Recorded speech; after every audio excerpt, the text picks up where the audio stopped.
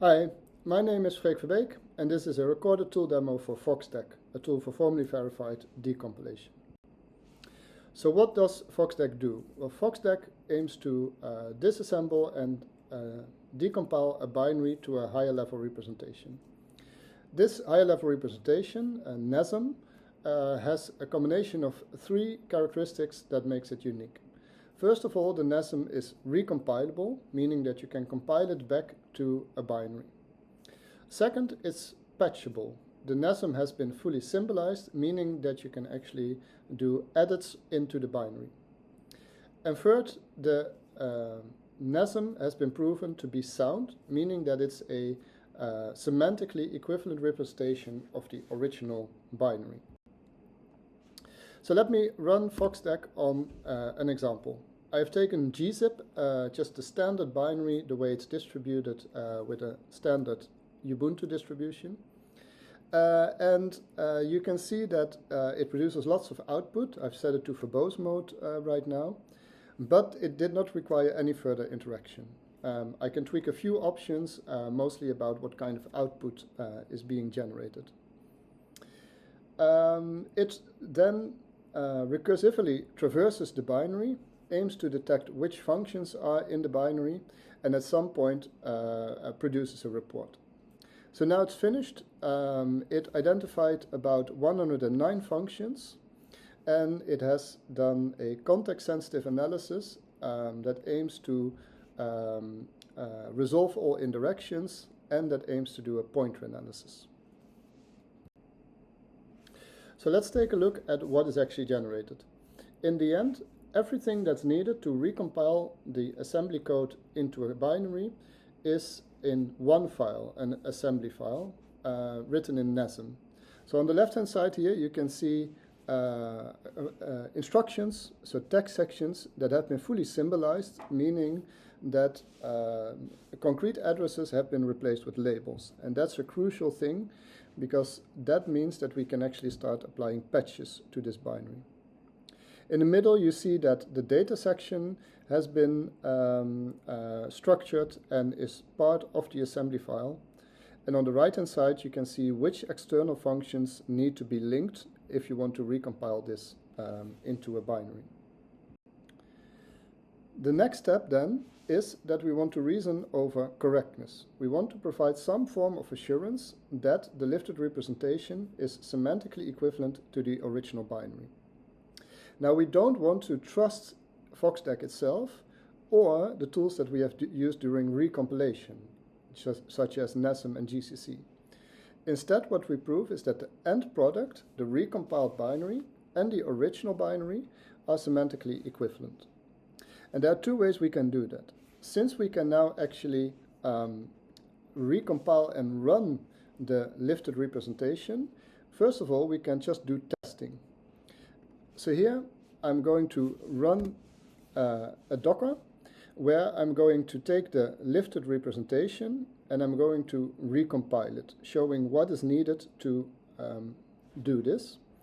We have supplied some standard scripts, FoxDecNASM, FoxDecGCC, and as you can see, these just work off the shelf, recompile the binary, and then I'm actually able to execute the produced binary and show that it produces behavior similar to the original binary.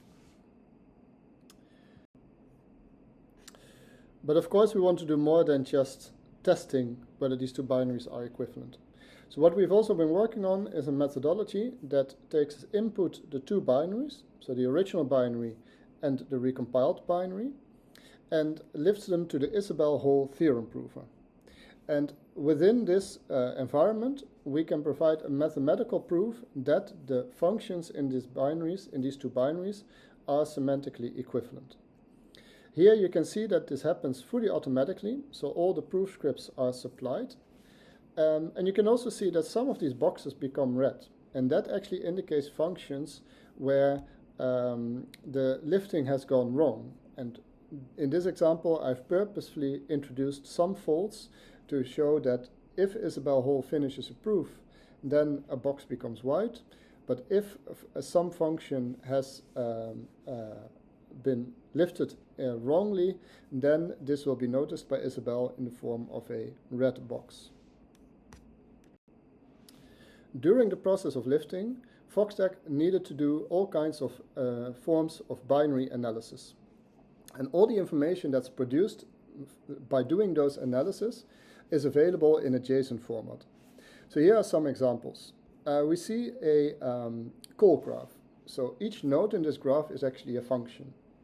And for example, it has been determined that the light green functions are functions that return normally, whereas the dark green functions are functions that never return and that are proven to always terminate. But also, if you take a look at, for example, this function, the function starting at address 1200, then it provides me information on the context in which these functions are called, in which this function is called. For example, it provides me information that this function invariably is always called in a context where initially registers RSI and R13 do alias with each other. And it also provides me information that R15 also contains a pointer when this function is called, and that pointer actually points to a region separate from the pointers stored in RSI and R13. All this kind of information is available in basically any format that you would like. Now, how can we use this to actually do some forms of binary patching? I'm just going to do an example where I'm going to take the recompiled binary and I'm going to modify it by replacing all calls to memset with a patched version of that memset function. So here I'm first going to show what an actual patch looks like. So the patch itself can be written in C. We see here that I have a patched version of the memset function which simply does an extra print statement. I'm going to compile this patch just using C into a GCC into an object file. Now I'm going to do actual replacement in the assembly. So this patch is really simple. I'm just replacing memset with the patched version of memset. I'm going to recompile it using NASM, and then I'm going to recompile it using GCC, and that actually gives me an undefined reference because I have not inserted the patch yet.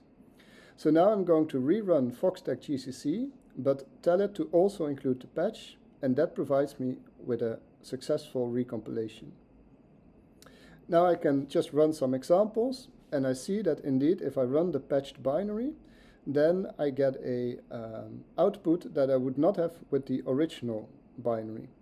Indeed, it shows that memset is called once during this execution, and it actually writes 0 to 64 kilobytes of memory. This is a very simple patch, but more patching capabilities are enabled by lifting to symbolized NASM. For example, we can insert new functions, we can remove functions, we can intersperse instructions within functions, we can remove some dead code, we can extend the data sections or maybe even change their attributes. But simply just recompiling with a different compiler, relinking external functions to different external functions, or just inserting debugging information which wasn't there originally, are all capabilities that are enabled by this kind of lifting. In practice, we have used this, for example, to replace in the wget binary OpenSSL with a post-quantum version. Or we have taken the wget binary and made sure that it would never open up an HTTP connection and would only support HTTPS. That concludes my tool demo. You can find more information in these two papers, among others. Everything is available open source, and you can try it out through the link on this GitHub server. And if there's any questions, please do not hesitate to contact me at the given email address.